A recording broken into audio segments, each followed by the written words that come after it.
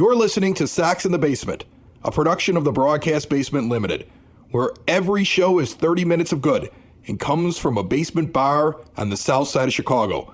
Pull up a stool, pour a cold one, and join us right now for Sox in the Basement.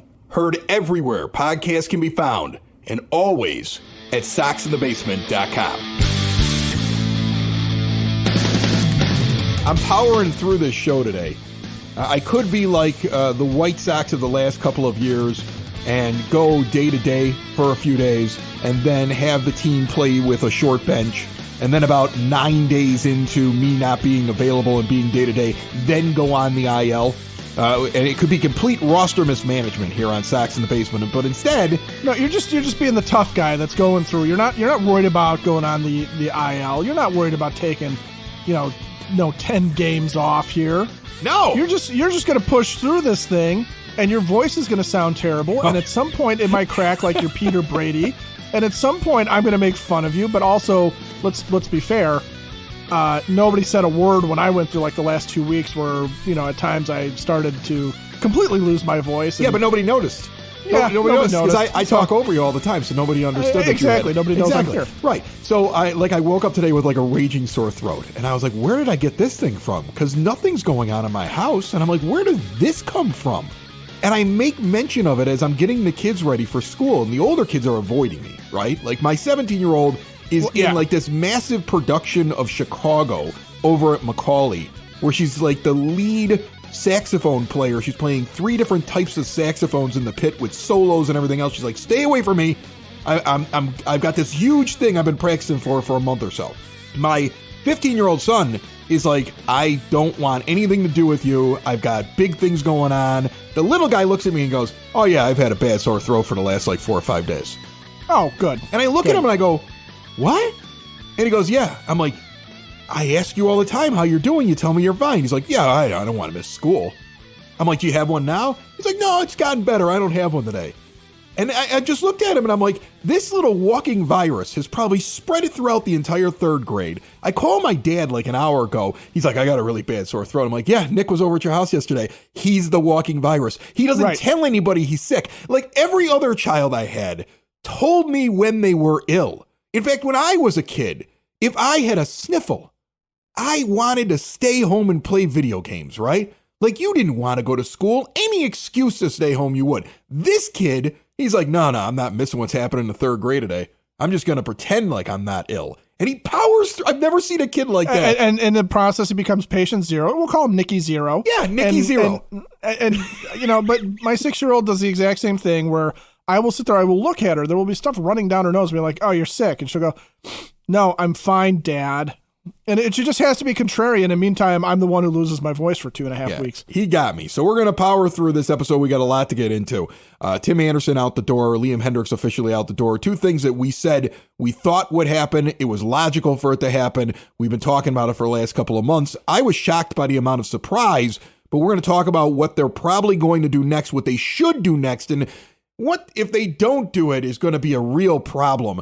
We also have coaching staff announcements that are coming through, trickling through. We're going to get into that as well. It's all brought to you by the official home of Sox in the Basement, Cork and Carry at the park in the shadow of the ballpark at 33rd and Princeton. Also over at 106th and Western, you have the original location, Cork and Carry Beverly. Both amazing spots to hang out, meet friends, watch a game in the off season. They got TVs everywhere. They got great bars, both of them. There's amazing food over at Cork and Carry at the park. And then in season, that's your pregame, that's your postgame, that's your spot at 33rd and Princeton. See more at corkandcarry.com.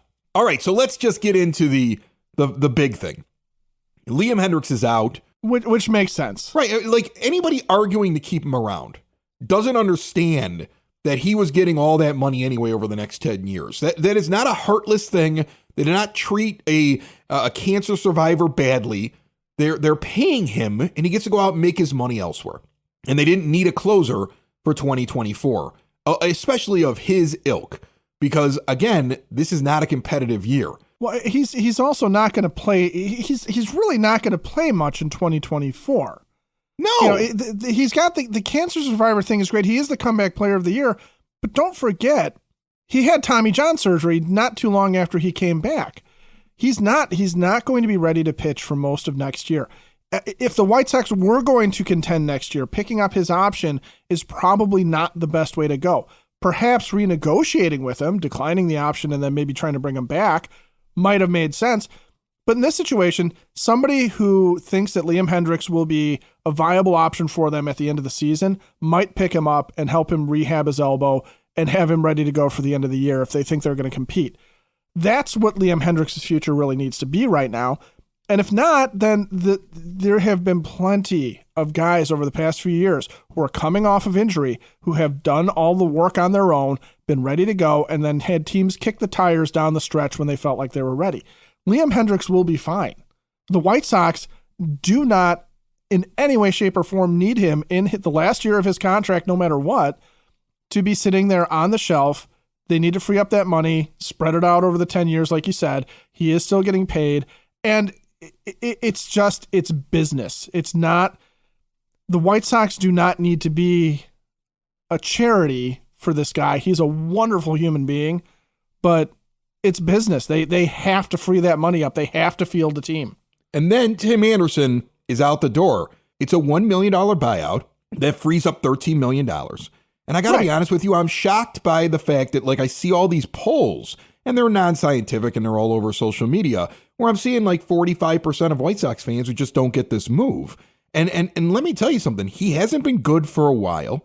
He was a really good player for a finite amount of a couple of years where he was just amazing. He was a superstar, right?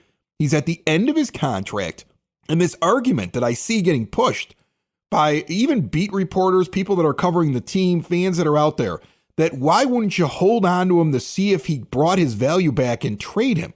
Well, what are you going to trade him for? If he does all of those things and you're able to facilitate a trade, which is never a given because you got to find a team that wants him. Then you got to find a team that has something you want. And then you got to find a way where you're going to bring that person over. Or you cash in, take the $13 million and use it to buy the player or players you want in free agency right now. You take a lot of guesswork out and a lot of what ifs by doing it this way. This was a very logical move as long as you take out of the equation the emotion felt, the attachment that you have to a player that has been the face of the organization for several years of this team. He's not the face anymore, though. Luis Robert Jr. is. And this is going to be a new team going forward with a new general manager and a very new coaching staff. And he was done after this year was over either way. So I get the idea of going and getting the money if you use it. The only fear I have, the only time you're going to get me angry in this whole scenario is if you pocket that $13 million, you don't use it. You pocket it, you don't use it. You don't do anything with that money to add to your team. Then I will be upset about it. But they have so many needs out there, I can't see how the money from Hendriks and Anderson doesn't get spent this offseason. Well, and how brain dead are some people who are sitting there saying you pick up the guy's option and then you see if he rebuilds his trade value. Do you not remember Craig Kimbrell? Do you not remember that whole debacle where the best that the Sox could do was A.J. Pollock, who did nothing for them?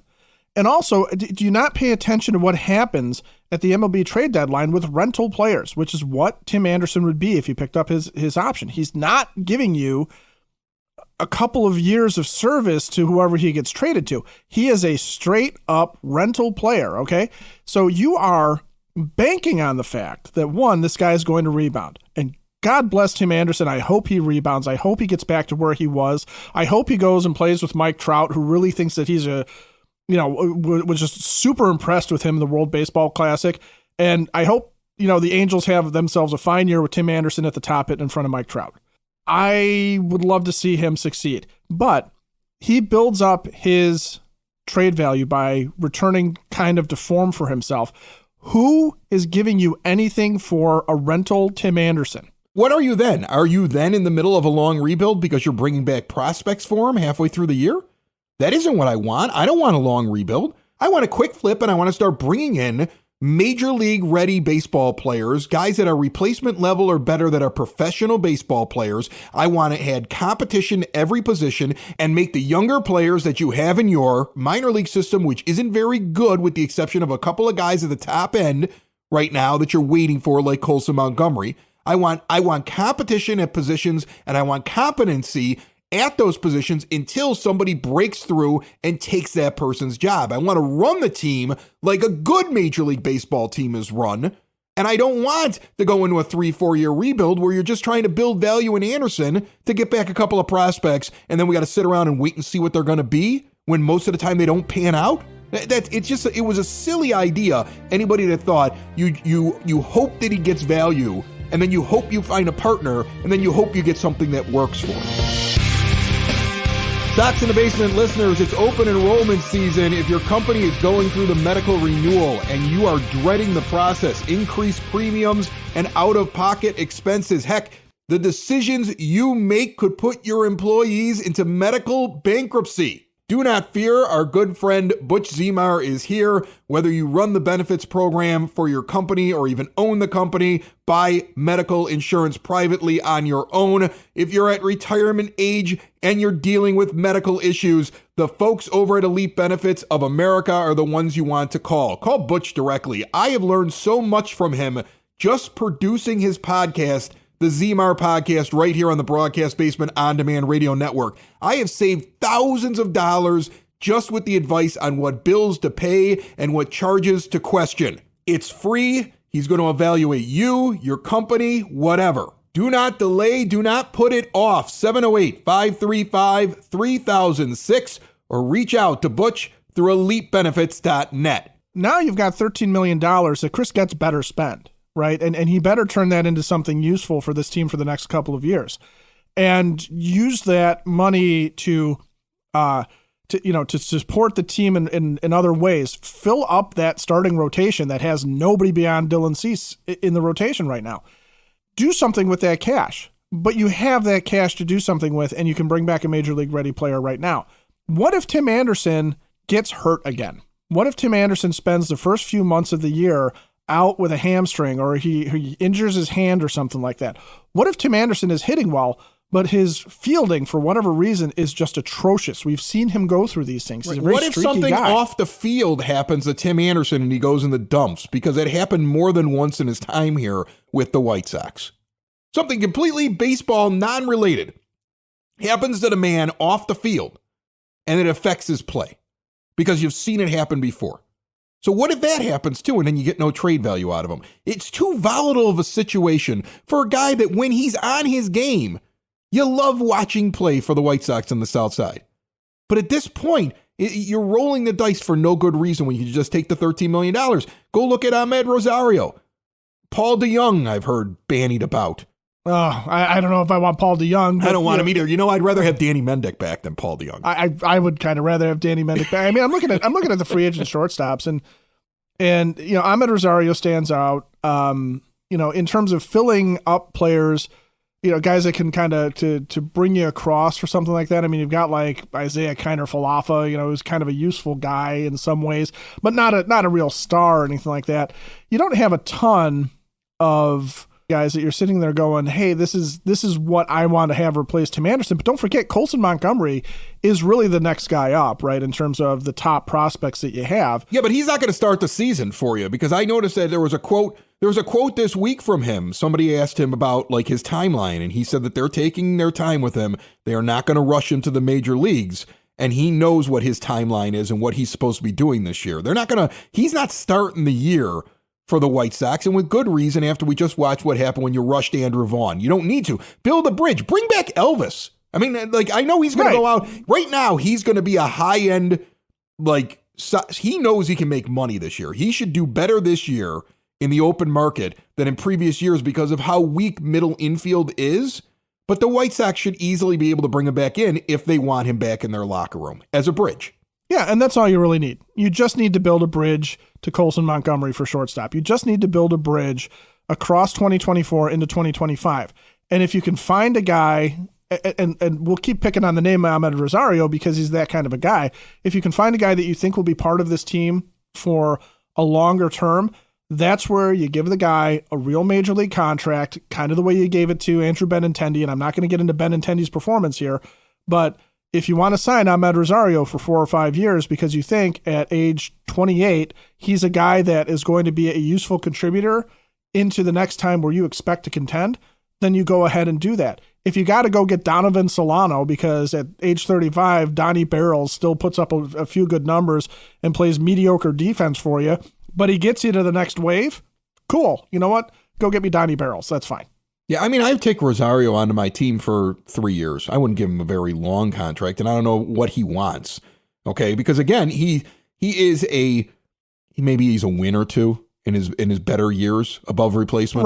Right. I mean, he's got a basically average to below average OPS, plays good defense. 27 years old.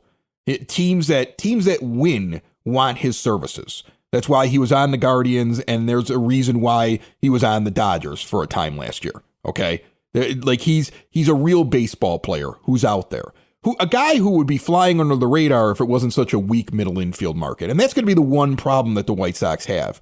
Everybody who's looking for middle infield help is going to be kicking the tires on Ahmed Rosario. Whereas if it were like last year or the year before that, he would have been so much further down the list that you could probably scoop him and get him at a song. Where now he's a premium. You know what I'm saying? Weirdly enough, he's going to be that. And that's, you might see trades. I mean, like, let me tell you something. I still look at Eloy Jimenez and I say, is this guy getting moved? And what are they going to pick up with him? Because if I'm the White Sox, the next thing I did after I made my decisions on who I was bringing back and the options and everything like that is to sit down with Eloy Jimenez and tell him, you're a designated hitter. Don't ever ask us to play the field again. You're an emergency outfielder.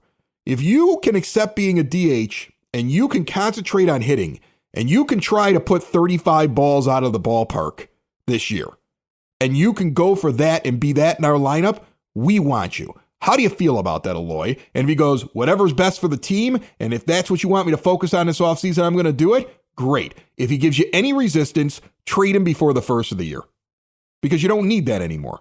All right, you need to find guys that fit the roles that they're supposed to fit. And for his nearly $14 million next year, you just cannot trot him out there in the outfield anymore to play 60% of the games and not realize that potential and not be a force in the middle of your order. If you believe he can be that and you can keep him healthy by keeping him as the permanent DH to this team and he's on board with it, great. But I don't want to hear any more whining about how he wants to be an outfielder when the guy can't stay healthy for the whole year.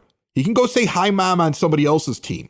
Again, a guy who I've enjoyed. My kid walks around in his Eloy jersey all the time. You know, I've enjoyed him as a fan at many times, but it's now time to be a little heartless. Like I want the White Sox to be just as heartless as the Cubs were this week, where they looked at David Ross, a guy who's like part of their World Series run and everything, and they just fired him after they got Craig Counsell. Why? Because they went out and got one of the best managers in baseball, paid him $8 million a year, and they want to win.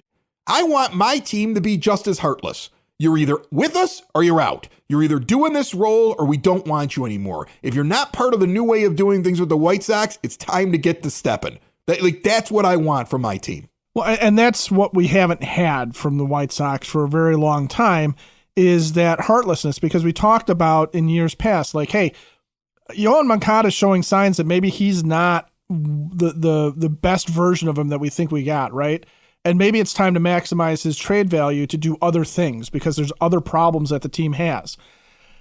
And now it's too late, right? Now he's a very expensive guy with question marks, and you can't really move him very easily. He needs to hit over 30 home runs and play great defense and hit 270, 280 minimum next year to justify his money. And you might get 2 out of the 3 of those. He might be able to get up to 270, and his defense might be really good. But I'm not convinced the guy's a 30 home run guy because he's never shown me anything that suggests he is. He needs to be a 4-WAR player to justify the money he's going to make. To at least justify the money he would make the next season. He needs to go out there and be that kind of a player, like an all-star. Does he have that in him? Would you bet anything? I wouldn't bet the $5 in my wallet right now that he could do that. No, I don't think he can. But a couple of years ago, when it was unfathomable to people, that's when you got to be heartless. And frankly, I think the heartlessness with Tim Anderson to a certain degree and letting him go, that's a shrewd business move, right? That's a solid business decision. But with Eloy Jimenez, you're right.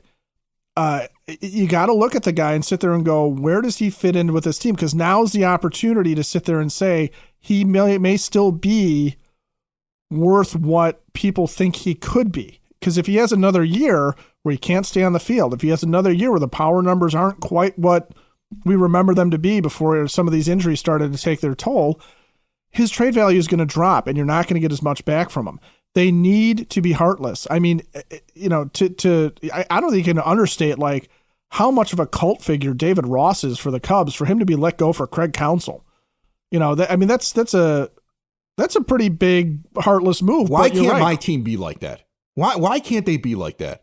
Every time that Jerry Reinsdorf or the White Sox brass or the mouthpieces for them talk about how the White Sox, even though they're in Chicago, are kind of a small market team and can't do anything, the Cubs exist in the exact same market. He's been the owner of this team for decades upon decades. He had every opportunity to build up his fan base, build up areas around the ballpark, and make his team into just what the Cubs have up north. And I will not buy anything less than that.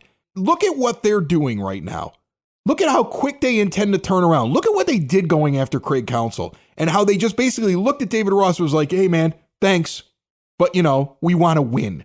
Yeah. I want that. I want my team to be heartless. Nobody on this team, nobody is worth keeping around when their value isn't worth their money, is worth keeping around just because we like them, is worth keeping around because they're photogenic, because the fans enjoy them, because of something they did in the past. Nobody. This is professional sports. This is Major League Baseball. I applaud what the Cubs went and did. That's incredible. They went and spent more money on a manager than anybody spent on a manager, and they ripped him away from a division rival. That's how they kicked off their offseason. Well, the Brewers organization is so mad right now. That is some killer mentality type stuff. That's what I want here. That's what we need here. That's why I still cling to hope. It's the only thing I have, and I don't know if it's misplaced hope, but the hope that Chris Getz was a guy inside of an organization surrounded by morons and did what any one of us would have done, snuck into the office and got the old man's ear. And when he saw the opportunity, pounced. And that's why he's bringing in a bunch of guys from the outside. Now, you can complain that a lot of them have Kansas City roots, but he isn't listening to the people that have been in the building for the last 2 decades. He doesn't want to deal with them anymore. He's bringing in coaches that have connections to not just him, but to the guys that he's hired already before them. Grady Sizemore has a Barfield connection. Yeah, they were former teammates. Right, exactly. I mean, you're always going to have connections in baseball. It's a very connected thing. It's a big, giant club. They all know each other, all right? You're going to be able to find that anywhere. But what he's doing is he just continues to bring in guys from the outside. He's filling Pedro's staff with new guys that are going to bring a different voice to what's going on inside of the room. And what I'm waiting for now is the heartlessness. And to be honest with you, the Tim Anderson move was the first sign that maybe that's there. Because you need it. Right. Now, what they do with Eloy, that'll be interesting, right? Will they just keep him? Will they try to tell me that, he just needs to be healthy? Is it going to be the same thing that's always been for the White Sox? We just need everybody to have a career year and stay healthy? And everything will work out? Okay, or will it be a more cutthroat way of looking at your roster? Ed and I had a pretty similar discussion to this when we were at Hailstorm Brewing last time. You give me a couple of crash test dummies, the triple, 10.3%, I start throwing my finger in the air and telling you, this is what we got to do. We got to be heartless and get rid of guys. If you don't like something that powerful, Ska Centennial is one I would recommend to you. It's an APA with Michigan Centennial hops at 5.2%, also on tap. They got every style of beer on tap at Hailstorm, a big, beautiful beer hall with pinball machines, outdoor patio with fireplaces, a working brewery with really good food. Kitchen hours now starting at 11 a.m. going into the evening. I just noticed that the menu has some hearty fall additions, like perfect for this kind of weather. I'm going to get the bacon mac and cheese next time I walk in there. The official brewery of Sox in the Basement, Hailstorm Brewing Company, is located in Tinley Park, 8060 186th Street, right off of 80th Avenue. See more at hailstormbrewing.com. But Chris Getz, man, he's clearly not trying to win in 24. They have all the lip service they want to have. He is not trying to win anything in 2024. But I don't think that he's going into a long rebuild. I think he's looking at 2025. There's a difference between saying we're not going to try and win it all in 2024 and being non-competitive. And that's the other thing too that's been driving me nuts about some of the narratives here is that it's not all or nothing, okay? It's not, we are going for, damn the Torpedoes, we're going to go win the World Series, because where the roster sits right now, that would mean either making some really shrewd trades, or you'd have to sign a lot of players. You'd have to sign a lot of free agents to a lot of money, which the Sox never really do, or we'd have to fall back on the young guys, and everybody on the team would have to have career years, okay? But that last bit is it's a possibility every year, right? They could have guys, okay, Lenyn Sosa could come up and make good on whatever promise Lenyn Sosa has and really stabilize the second base position. We sort of make fun of it because we've watched that happen before. Oscar Colas could have a breakthrough. Andrew Vaughn could take another step. These things all could happen. And if they do, I would expect Chris Getz to have at least enough of a professional team on the field that they could take a weak division and back into the wild card. That's what you do. But every position on this field should be filled with somebody who's a capable Major League Baseball player who has shown that they can do it at the show at a replacement level. And then those guys have to take their job, Ed. That's what I want. I don't want any more of this, like we're going to play 3 prospects and we're going to give them 2 months and we're going to see what happens. And that's the problem, right? It doesn't work. You need to have competition. I see what the Pirates are doing in Pittsburgh. That's what they're doing. I don't know if it's going to work, but what they have is they have their young players that they've worked out through their rebuild. They've got a few guys now that are established that have been playing Major League Baseball for the last couple of years that are good. And then they've got some holes. And they have prospects that could be brought up and could play there. But last year, and it looks like they're going to do it again this year, they went out and they got journeymen or replacement level players or just professional baseball players on contracts that had the job. And then they tell the younger guys, beat them for the job. Earn your spot on the roster. And we'll give it to you if you can beat that guy out. Otherwise, we have a competent baseball player that plays every position on the diamond. And they'll be a playoff team this year after starting to do that last year. And it doesn't cost a lot of money to do that because they have one of the lowest payrolls in baseball as they're coming out of their rebuild. How hard would it be? I'll go back to the name Donovan Solano, okay? How hard would it be to sign that guy who's got some value and sit there and say, all right, we're going to install him in our middle infield and somebody better come and take his job? Okay, Zach Remillard, come and take his job. Romy Gonzalez, come and take his job. Lenyn Sosa, come and take his job. Whoever it is, okay? Someone come and knock him off and turn him into our utility guy. It's not a hard thing to do, and it's not a difficult thing to do. And, coming back to Grady Sizemore, and now Marcus Thames is being taken away from the Angels. It's the second coach they've hired away from the Angels.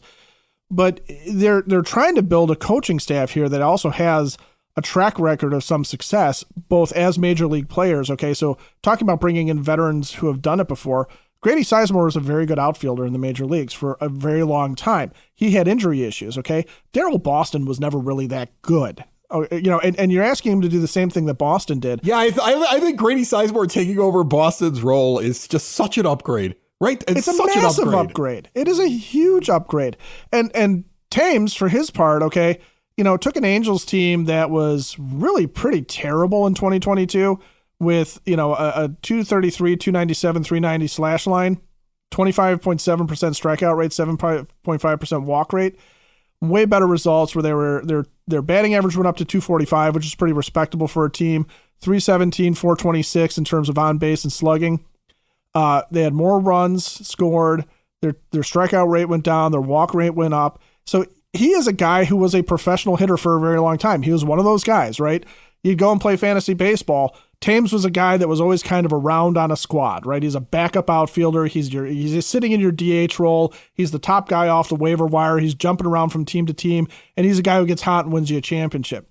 He has been there and done it, and you're not sitting there going, okay, who is this guy? And it's nice to see that. And he hit home runs. And he knew how to hit home runs, yes. That's the kind of hitting coach they need. They need a guy who's going to look at some of these guys that are not hitting enough home runs and get them to start hitting home runs. Andrew Vaughn needs to hit more home runs. He's playing first base. Hit more home runs, right? Like I said, Eloy Jimenez, I want 35 from you, right? Put your glove down and focus this offseason on hitting 35 home runs. And then you're worth the money they're paying. and be on the field more. Make sure that your core is good, right? Like you're not going to pull any weird muscles while you're hitting the ball out of the ballpark. You're not going to hurt yourself trotting or running down the first base line. That's what I want. Sox in the basement. Sox in the basement. Sox in the basement. Sox in the Basement. Heard everywhere podcasts can be found, and always on soxinthebasement.com.